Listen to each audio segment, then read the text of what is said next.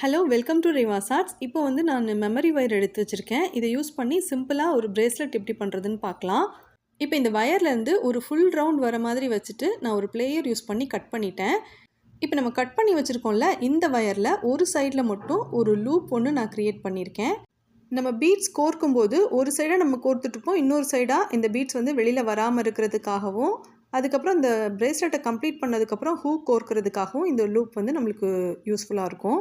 இந்த பிரேஸ்லெட்காக நான் ஃபஸ்ட்டு ஒரு 3mm இருக்கிற மாதிரியான 3 பீட்ஸ் எடுத்து கோல்டன் கலரில் இருக்கிற பீட்ஸ் எடுத்து கோர்த்துருக்கேன். அடுத்து ஃப்ளாட் ரவுண்ட் பீட்ஸ் யூஸ் பண்ணியும், கூடவே சின்ன சின்னதாக இருக்கக்கூடிய பேர்ல் பீட்ஸ் மாதிரி இருக்கிற ஒயிட் கலர் பீட்ஸ் யூஸ் பண்ணியும் நான் வந்து இந்த பிரேஸ்லெட்டை கம்ப்ளீட் பண்ணியிருக்கேன்.